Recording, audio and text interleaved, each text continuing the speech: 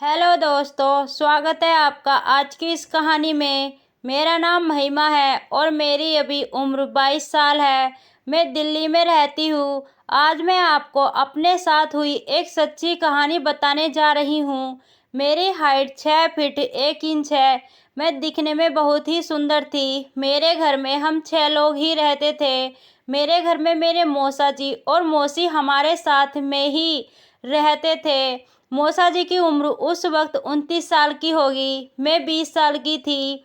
मौसा जी दिखने में बहुत सीधे लगते थे, लेकिन उनकी असलियत एक दिन मेरे ही सामने खुली।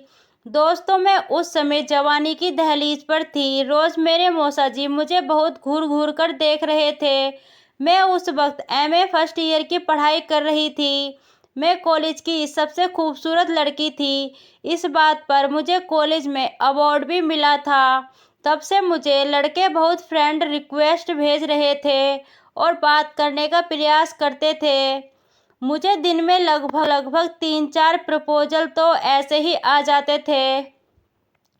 तभी मैं सबको इनकार करती थी और इंस्टा आईडी पर बहुत बहुत एसएमएस भेजने लगे थे और बहुत प्रपोजल भी आते थे। फिर एक मेरी फ्रेंड रिया ने पूछा, तुम किसी को हाय क्यों नहीं बोल देती? इतने प्रपोजल आते हैं और मुझे देखो कोई लाइक नहीं करता है, एक प्रपोजल नहीं आता है। तभी मुझे रिया की बात सुनकर लगा कि रिया सही बोल रही है। उधर घर में मेरे मौसा रोज मुझे गलत नज़र से ही देखते थे। तो एक दिन मैं सुबह सुबह जल्दी कॉलेज आई। कॉलेज को खुलने को और 1 घंटा टाइम था। मैं जल्द पहुंच गई थी तो मैं कैंटीन में बैठकर ऐसे ही रील्स देख रही थी। वहां पर एक हैंडसम लड़का आया। उसने 2 प्लेट नाश्ता ऑर्डर किया। दिखने में काफ़ी खूबसूरत था। उसकी पर्सनालिटी बहुत ज़्यादा अच्छी थी। कोई भी लड़की उसको एक बार देखने के बाद उसके प्यार में पड़ने वाली थी। मैं थोड़ा सोच में पड़ गई। वह अकेला है पर उसने 2 प्लेट नाश्ता ऑर्डर किया है। मुझे लगा कोई आ रहा होगा, ऐसा बिल्कुल भी नहीं था। दोस्तों, कहानी इंटरेस्टिंग लग रही हो तो दोस्तों को शेयर करें। जैसे ही उसका ऑर्डर आया, वह मुझे देखकर हंस दिया और मुझे नाश्ता करने बुलाया। मैंने भी सोचा यही सही टाइम है बात करने का, तो मैं उसके टेबल पर चली गई। उसने मेरा नाम पूछा, उसके बाद कौन सी क्लास में है पूछा। मैंने सब बताया। मैंने भी पूछा तुम्हारा नाम। उसने बताया उसका नाम अमन था। फिर उसने मुझे नाश्ता करने को बोला। हम दोनों ने बातें करते हुए नाश्ता किया। तभी उसने बोला, तुमसे बातें करके बहुत अच्छा लगा, तुम अपना नंबर दे सकती हो? मैंने कहा हाँ बिल्कुल। मैंने भी उसको कहा तुम बहुत खूबसूरत हो। यह बात सुनकर हंस दिया। फिर डायरेक्ट उसने बोला, मैं तुमसे प्यार करने लगा हूँ। मैं भी कहा आई लव यू अमन। उसने मुझे गले लगा लिया। फिर हम दोनों बाहर घूमने गए। उसने मुझे उसके बारे में सब बताया। मैंने भी उसको बताया। एक दिन उसको मैंने घर पर बुलाया, वह राजी हो गया। अगले दिन अमन घर पर आया। मम्मी को बताया यह अमन है, मेरी क्लास का लड़का, मेरा बेस्ट फ्रेंड है। मम्मी ने उसके साथ बातें की। फिर उधर से मौसा जी आए। अमन को देखकर चौंक ही गए और पूछा कौन लड़का है?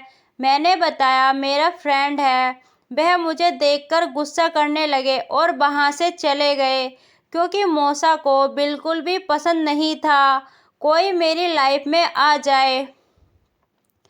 मौसा मुझको प्यार करते थे। बाद में मम्मी ने खाना खिलाया। अमन खाना खाकर चला गया।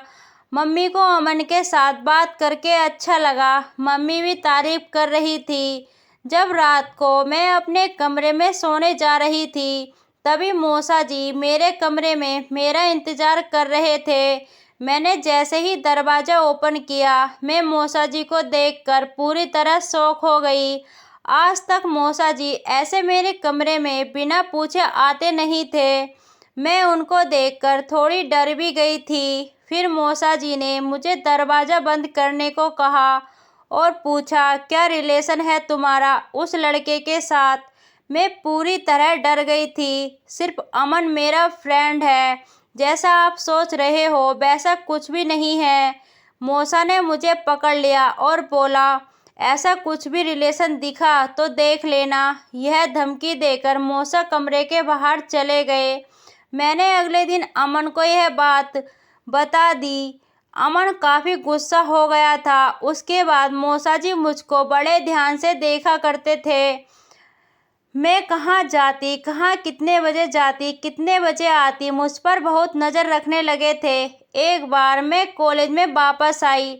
मैंने शर्ट के नीचे कुछ भी नहीं पहनी थी।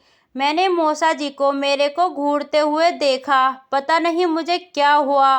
उनको देखकर अचानक से घबराहट हो गई और उन्हीं के सामने उचक उचक के चलकर अपने कमरे में गई तो मेरे मौसा जी को ऐसा लग गया कि इसने कुछ गड़बड़ की है। जैसे मैं अपने कमरे में गई उसके 5 से 10 मिनट के बाद मौसा जी मेरे कमरे में आए और फिर से पूछने लगे। फिर मैंने देखा कि मौसा जी आज बहुत गुस्से में थे। मैंने उनसे पूछा कि मौसा जी क्या हुआ। मैं समझ गई कि मौसा जी मेरे दीवाने हो चुके हैं, इसलिए मुझ पर थोड़ी थोड़ी बात पर शक कर रहे थे। फिर मेरा मौसा जी के सामने इस तरह का सिलसिला शुरू हो गया। मुझे जब भी मौका मिलता मौसा जी के सामने कुछ ना कुछ नाटक करने लगी। उनको ऐसा लगे कि इसने कुछ गड़बड़ की है। मौसा जी के साथ ऐसे ही मेरा मजाक का सिलसिला चलता रहा, लेकिन बेचारे कुछ कर नहीं पाते। एक दिन मैंने डिसाइड किया कि इसे दूसरे लेवल तक पहुंचाने की स्टेज आ गई है। एक दिन मौसा जी और मैं टीवी रूम में अकेले ही थे और मैं सोफे पर लेटी हुई थी और मैंने रजाई ओढ़ रखी थी। मौसा जी भी उसी सोफे पर मेरे पैरों के पास बैठकर टीवी देख रहे थे। फिर मैंने सोचा मौका सही है। मौसा जी का पूरा ध्यान टीवी में था। तभी मैं बेड से निकल गई और उसे मेरे जगह रख दिया। फिर मैंने मौसा जी को कहा कि मौसा जी क्या देख रहे हो। मौसा जी ने कहा टीवी देख रहा हूँ, दिख नहीं रहा क्या। मैंने कहा क्या टीवी देख रहे हो, मैं साइड में हूँ। अभी तुम मुझे घूर नहीं रहे हो जैसे तुम मुझे रोज़ घूरते हो। यह बात सुनकर मौसा जी ने टीवी बंद किया और मेरे ऊपर सो गए। तभी उनको लगा यहाँ तो कोई नहीं है। तभी मैंने लाइट जलाई और सब मम्मी को दिखा दिया। ऐसी नीयत है मम्मी इनकी। उस दिन मौसा जी को कोई बात नहीं सुनी और मौसा को घर से निकाल दिया। दोस्तों, यह थी आज की हमारी सच्ची कहानी। आपके साथ भी कुछ ऐसा ही हो रहा होगा तो आप भी कुछ ऐसा सुझाव लगाकर ऐसे ही अपनी अपनी प्रॉब्लम दूर कर सकते हो। तो दोस्तों, कहानी पसंद आई हो तो वीडियो को लाइक और चैनल को सब्सक्राइब ज़रूर करें। धन्यवाद। मिलते हैं अगली वीडियो में।